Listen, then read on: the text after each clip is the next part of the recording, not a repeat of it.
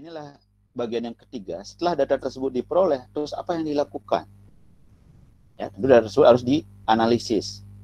Ya, mungkin beberapa waktu lalu sudah disampaikan ada perbedaan antara data dan informasi. Ya. Data adalah sesuatu yang kita dapatkan langsung dari lapangan. Di angka-angka hal-hal yang kita langsung dapatkan dari lapangan itu yang disebut dengan data. Nah, untuk merubah data menjadi informasi itu ada proses yang disebut dengan analisis. Jadi informasi itu yang diperlukan oleh pengguna itu adalah informasi, bukan data. Jadi kalau kita memiliki data selama misalkan 30 tahun, itu adalah data. Nah, pada saat data tersebut dianalisis, saya mendapatkan nilai rataan, saya mendapatkan nilai maksimum, saya mendapatkan nilai intensitas tertinggi, misalnya. Saya mendapatkan nilai rentang waktu berapa curah hujan atau hari hujan dan sebagainya. Nah, itu yang menjadi informasi. Nah, informasi tersebutlah yang akan digunakan ya oleh pengambil kebijakan, oleh pengguna yang lain. Jadi datanya biasanya sangat sulit untuk langsung digunakan. Nah, ini ada beberapa proses yang akan dibahas di sini terkait dengan analisis data. Yang pertama adalah kita akan melihat analisis data curah hujan stasiun. Jadi kalau kita mendapatkan data stasiun tadi, ya, kemudian analisis apa yang bisa kita lakukan? Ada 3 di sini akan kita bahas. Pertama adalah rataan bulanan. Jadi kita bisa membuat rata-rata bulanan dari curah hujan tersebut. Kemudian kita akan melakukan akumulasi tahunan. Ya. Nah, kemudian nanti ada di bagian ketiga kita akan menghitung yang namanya peluang kejadian hujan. Ya, itu yang akan kita lakukan dalam analisis data curah hujan stasiun. Nah, ini yang pertama. Jadi misalkan ini saya punya data ya, di suatu wilayah, ya. Kemudian data tersebut dari tahun 1969 sampai dengan 1978, jadi sekitar 10 tahunan data, gitu ya. Dari Januari sampai dengan Desember, itu data Januari ini didapatkan dari data harian, ya, diakumulasi menjadi 1 bulan. Ini juga Februari didapatkan dari data harian, diakumulasi menjadi data bulanan, dan seterusnya. Ya. Nah, kemudian di bagian kanan, ini ada tahunan, dan di bagian bawah itu ada nilai rataan. Nah, bagaimana analisis dilakukan untuk mendapatkan data tahunan dan rataan bulanan? Nah, seperti tadi disampaikan, untuk mendapatkan data rataan bulanan, berarti kita merata-ratakan data tiap bulan. Ya, untuk masing-masing tahun, kita rata-ratakan sehingga kita dapatkan data rataan bulanan. Sedangkan untuk mendapatkan data dalam 1 tahun, kita harus akumulasikan. Ya, di sini kita akumulasikan. Jadi data 119, 341 mm, dan seterusnya, kita akumulasikan sehingga kita mendapatkan data dalam 1 tahun. Ya, jadi kalau itu kita lakukan, maka kita akan mendapatkan kira-kira informasi seperti ini. Jadi data tahun 1969 itu sekitar 1752 mm ya, akumulasi curah hujan tahunan. 1970, 1692 dan seterusnya. 1978 itu 1785. Nah, bagaimana dengan data bulanan? Jadi kalau data bulanan di sini bukan diakumulasi karena kita ingin mendapatkan rata-rata bulanan. Sehingga data bulanan tiap-tiap tahun, misalkan Januari, data bulan Januari tahun 1969, data Januari tahun 1970 dan seterusnya, kita rata-ratakan sehingga kita mendapatkan nilai rataan bulanan Januari 186 mm, Februari 173 mm, dan seterusnya Desember 225 mm. Nah, ini merupakan rataan bulanan. Nah, ini yang bisa digunakan untuk mendistribusikan. Jadi, ini adalah karakteristik wilayah tersebut. Jadi, kita menggunakan data 10 tahun, inilah karakteristik curah hujan bulanan di wilayah tersebut. Sedangkan ini adalah merupakan karakteristik curah hujan tahunan. Jadi, rata-rata tahunan curah hujan di wilayah tersebut adalah 1764 mm. Nah, itu adalah analisis pertama yang bisa kita lakukan, melakukan akumulasi tahunan ataupun melakukan rataan bulanan. Ya. Nah, kemudian yang kedua, itu bagaimana kita menampilkan data hujan. Nah, seperti di awal tadi disampaikan, data hujan itu merupakan data yang bersifat discontinue. Nah, dengan data discontinue ini, umumnya data curah hujan akan ditampilkan berupa diagram batang atau bar chart. Ya. Jadi kalau nanti Anda diminta untuk menampilkan data hujan berdasarkan data yang diberikan, maka Anda menggunakan data bar seperti ini, bukan garis. Kalau garis itu umumnya untuk data-data yang bersifat kontinu, seperti suhu, Anda bisa gunakan garis, misalkan bagaimana suhu bulan, karena tiap bulan itu mungkin akan saling berbeda. Tapi kalau misalkan data curah hujan, maka Anda disarankan ya menggunakan data bar seperti ini, karena sifat datanya bersifat discontinue, ya, Januari akumulasinya sekian, Februari sekian, dan seterusnya. Ya, jadi ini adalah bagaimana memvisualisasikan data curah hujan dalam bentuk grafik. Nah, kemudian yang ketiga tadi seperti dibahas, kita akan juga melakukan analisis untuk curah hujan stasiun itu dengan untuk mendapatkan nilai peluang hujan. Jadi peluang hujan itu secara definisi adalah berapa peluang kejadian yang melampaui nilai tertentu. Ya, berapa peluang kejadian yang melampaui nilai tertentu. Nah, analisis apa yang digunakan? Nah, ini menggunakan analisis sederhana yang disebut dengan metode ranking. Jadi datanya itu di ranking, datanya diurutkan. Nah, saya ambil contoh dari data sebelumnya. Ini adalah merupakan nilai rataan curah hujan pada bulan Januari, ya, pada tahun 1969 sampai dengan 1978. Jadi 119 mm, 204 mm, 246 mm, dan seterusnya sampai dengan 167 mm pada tahun 1978. Langkah pertama yang kita lakukan untuk mendapatkan nilai peluang hujan untuk wilayah tersebut adalah dengan mengurutkan data. Data diurutkan dari nilai tertinggi ke nilai yang terendah. Inilah data awal. Nah, setelah kita urutkan, kita akan mendapatkan pola data yang seperti ini. Jadi nilai tertinggi 331 mm, kita urutkan sampai dengan nilai terendah 45 mm. Nah, inilah langkah pertama. Data diurutkan dari nilai tertinggi ke nilai yang terendah. Kemudian untuk menghitung peluang kita menggunakan rumusan seperti ini. Ya. Jadi peluang curah hujan itu dihitung data ke I dibagi dengan jumlah data plus 1. Data ke I itu data ke berapa dibagi dengan jumlah data plus 1. Ya, ini adalah hitungan secara statistik. Sebagai contoh, misalkan berapa peluang curah hujan terlampaui 45 mm. Artinya apa? Di wilayah tersebut, berapa peluang curah hujan itu akan melebihi 4 atau melebihi atau sama dengan 45 mm. Ya, lebih besar atau sama dengan 45 mm. Nah, kita cari dari data ini, nilai 45 itu ada di sini.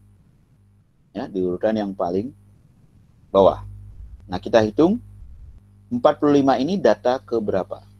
Jadi kita hitung 45 itu data ke 1, 2, 3, 4, 5, 6, 7, 8, 9, 10. 45 ini data ke 10. Kemudian dibagi dengan jumlah data, totalnya ada 10 data, ditambah 1. Ya, sehingga menjadi 11.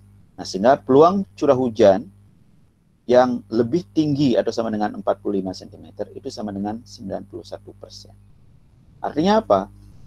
Di wilayah tersebut, peluang untuk mendapatkan curah hujan lebih besar dari atau sama dengan 45 mm itu adalah 91%. Sedangkan yang kurang dari itu adalah berarti sekitar 9%. Itu adalah untuk mendapatkan peluang curah hujan terlampau. Kemudian bisa dipahami ya. Baik, berikutnya kita ambil contoh berapa peluang curah hujan lebih tinggi atau sama dengan 150 mm. Nah, kita lihat dari data. 150 mm. Dari data yang kita peroleh tidak ada nilainya 150 mm. Nah, kemudian kita lihat tanda di sini adalah lebih besar atau sama dengan 150 mm. Maka kita akan cari angka terdekat yang lebih tinggi dari 150 cm. Nah, di sini adalah 167. Ya. Jadi peluang curah hujan ini kita akan gunakan angka 167. Ini merupakan angka terdekat yang lebih besar dari 150 cm. Nah, kemudian kita hitung angka 167 ini ada di urutan ke 1, 2, 3, 4, 5, 6, 7 ya. Ada di urutan atau data ke-7 dibagi 10 ditambah 1 dibagi 11. Jadi peluang curah hujan lebih besar atau sama dengan 150 mm sama dengan 7/11 sama dengan 64%. Nah, kita coba akan lakukan berapa peluang curah hujan dengan nilai rataan. Rataan itu harusnya 50%. Ya kan, nilai rata-rata itu berarti 50%. Kalau misalnya kita punya data yang cukup banyak gitu, secara populasi, maka 50% data itu akan lebih tinggi dari nilai rataan dan 50%-nya itu akan lebih rendah dari nilai rataan. Nah, kita uji di sini peluang curah hujan lebih besar atau sama dengan 186. Jadi kita tidak bisa mendapatkan angka 186 dari urutan data ini. Maka kita akan cari nilai yang lebih tinggi, yang paling dekat dengan 186. Nah, di sini adalah 200. Jadi 200 itu adalah urutan data ke 1, 2, 3, 4, 5. Kemudian dibagi dengan 11. Ya. Jadi 5 dibagi 11 sama dengan 46%. Jadi mendekati 50%. Nah, itu kira-kira analisis curah hujan untuk mendapatkan peluang hujan ya, dengan menggunakan rumus peluang dari curah hujan sama dengan data ke I dibagi dengan jumlah data ditambah 1. Ya. Jadi pertama data yang kita dapatkan itu harus kita urutkan dengan metode ranking seperti ini. Kemudian dari data yang sudah diurutkan ini baru kita hitung dengan menggunakan rumusan.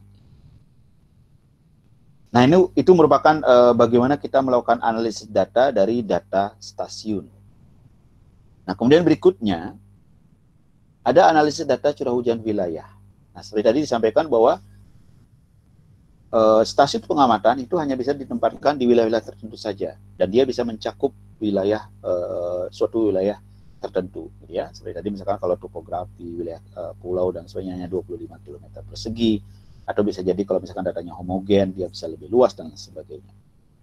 Nah, untuk mendapatkan berapa curah hujan wilayah, misalkan bagaimana kita mendapatkan berapa curah hujan di wilayah Bogor, ya, berdasarkan beberapa stasiun yang ada di wilayah Bogor. Ada beberapa metode yang digunakan, dan di sini akan disampaikan 3 metode. Yang pertama disebut dengan rataan aritmatik, ya. Kemudian yang kedua itu namanya metode isohyet, ya. Kemudian yang ketiga adalah polygon Thiessen. Nah, isohyet kalau Anda masih ingat, isohyet itu adalah garis yang menghubungkan nilai-nilai curah hujan yang sama, ya. Kalau misalkan di suhu itu kan disebut dengan isoterm. Nah, di curah hujan itu disebut dengan isohyet. Kita akan lihat satu persatu tentang metode ini, bagaimana rataan aritmatik itu diperoleh, bagaimana kemudian isohyet itu dilakukan, ya, mendapatkan nilai rataan dengan polygon Thiessen itu seperti apa. Baik. Yang pertama dengan rataan aritmatik. Jadi caranya adalah curah hujan wilayah itu diperoleh dengan menjumlahkan nilai curah hujan tiap stasiun pada suatu wilayah, kemudian dibagi dengan jumlah stasiun. Nah, ini sekarang kira-kira rumusan secara umum. Ya. Jadi kalau misalkan di wilayah Bogor, sebagai contoh misalkan ada 3 stasiun.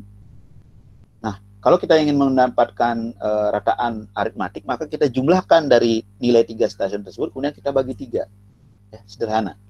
Jadi misalkan pada bulan Januari di sini 100 mm, kemudian di stasiun kedua 130 mm, ya.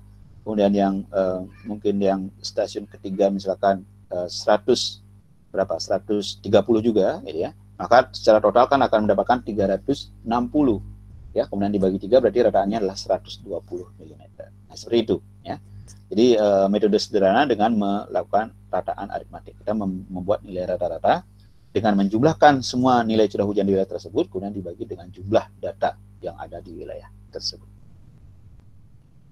Nah, kemudian ini yang metode kedua, ya, mungkin tergantung dari topografi. Jadi kalau misalkan yang aritmatik itu umumnya digunakan untuk wilayah-wilayah yang bersifat homogen. Jadi kalau wilayahnya cukup datar, kemudian tutupan lahannya homogen, relatif homogen dan sebagainya, nah metode aritmatik itu sudah cukup baik, ya, untuk digunakan. Bagaimana halnya kalau misalkan wilayah tersebut memiliki tipe curah hujan yang sangat beragam, bervariasi, ya, ada topografi dan lain sebagainya, sehingga menyebabkan wilayah-wilayah tertentu memiliki curah hujan yang berbeda dengan wilayah lain. Nah, ini salah satu metodenya, Itu dengan menggunakan metode isohayat. Nah, di sini diperlukan jaringan stasiun yang cukup rapat dan peta kontur ya yang menggambarkan isohayat. Nah, cara yang dilakukan adalah pertama kita menggambar isohayat ini. Jadi kita membuat garis yang kira-kira menghubungkan nilai curah hujan yang sama di wilayah tersebut. Nah, kemudian dari masing-masing isohayat, sebagai contoh ini adalah isohayat 4 inci, gitu ya. Ini isohayat 3 inci, kemudian ini isohayat 2 inch, dan ini isohayat 1 ya, yang paling luar. Nah, kemudian dari masing-masing isohayat tersebut, ya, dari masing-masing isohayat tersebut kita hitung luasannya. Sebagai contoh isohayat 4 inch, ini yang di dalam ini sekitar 1,11 km persegi. Kemudian isohayat 3 itu 12,47 gitu ya. Isohayat 2 itu adalah 13,10 dan isohayat 1 yang terakhir itu sekitar 10,92 ya. Nah, ini yang data berikutnya. Nah, kemudian pada kolom yang ketiga, jadi inilah analisis yang kita lakukan ya. Pada kolom ketiga adalah kita mencari persentase dari masing-masing luasan tersebut. 2,96 ini diperoleh dari 1,11 dibagi dengan 37,5. Ya, didapatkanlah nilai 2,96. Jadi kita mencari ini persentase luasan. Ya, persentase luasan ini. Nah, didapatkan di sini ya. Demikian juga halnya 33% ini adalah 12,47 dibagi 37,5. 13,10 dibagi 37,5 dapatkan 34 dan seterusnya, 34,93 dan seterusnya, sehingga totalnya adalah 100%. Nah, kemudian kolom keempat itulah rata-rata curah hujan. Jadi berapa rata-rata curah hujan di masing-masing wilayah. Nah, sebagai contoh misalkan ini adalah isohayat 4. Jadi di bagian pinggir ini 4 inch, kemudian di dalamnya itu 4,23. Jadi kira-kira rataannya adalah 4,23 ditambah 4 dibagi 2, sekitar 4,1 ya, inch. Itu isohayat, luasan isohayat ini. Nah, yang di sini, yang isohayat 3, itu nilai curah hujannya di sini kan 4, di sini 3, ya kira-kira rataannya adalah 3 ditambah 4 dibagi 2, sehingga nilainya adalah 3,5. Ya. Demikian juga di sini, 2,5 itu 2 ditambah 3 dibagi 2, didapatkan 2,5 dan 1,5. Nah, setelah dapatkan nilai rataan curah hujan di sini, maka langkah berikutnya adalah kita mengalihkan dari persentase wilayah dikalikan dengan rataan curah hujan di wilayah tersebut. 2,96% ya, dikali dengan 4,1 menghasilkan nilai 0,121 dan seterusnya ya. 33% dikalikan dengan 3,5, 1,155, 34,93% dikalikan 2,5, 0,873 dan seterusnya. Sehingga kita mendapatkan nilai curah hujan dalam satuan inci untuk masing-masing isohayat. Nah, sehingga secara total, maka kita akan dapatkan nilai curah hujan sekitar 2,607 inci. Ini merupakan curah hujan wilayah. Jadi curah hujan wilayah di sini secara rataan, ya, dengan metode isohayat itu adalah 2,607 inci. Ya, itu kira-kira isohayat. Ya. Jadi bagaimana kita mencari data curah hujan wilayah berdasarkan data stasiun dengan metode isohayat, dengan membuat peta kontur curah hujan yang sama. Baik, itu kira-kira untuk isohayat. Kemudian yang berikutnya bisa juga dilakukan dengan namanya polygon Thiessen. Nah, yang paling umum digunakan ya, polygon Thiessen. Jadi kita membuat jejaring dari masing-masing stasiun yang ada dalam wilayah tersebut sehingga membentuk poligon. Nah, kemudian yang langkah berikutnya adalah kita menghitung berapa luasan poligon, kemudian dari luasan tersebut kita hitung persentase. Nah, persentase luasan itu yang akan digunakan sebagai bobot dari curah hujan yang terhitung di poligon tersebut. Jadi polygon Thiessen itu diperoleh dengan membuat garis penghubung antar satu stasiun dengan stasiun terdekat, kemudian membuat garis berat pada setiap garis penghubung antar stasiun. Jadi langkahnya kira-kira seperti ini. Kalau saya punya stasiun misalkan seperti ini, saya akan buat garis penghubung. Nah, kemudian membuat di sini disebut dengan garis berat. Jadi garis berat adalah garis yang tegak lurus dengan garis penghubung tadi dan lokasinya di tengah-tengah. Ya, garis tegak lurus dan lokasinya di tengah-tengah. Nah, kemudian dibuat garis. Nah, sehingga akhirnya akan membuat poligon-poligon seperti ini.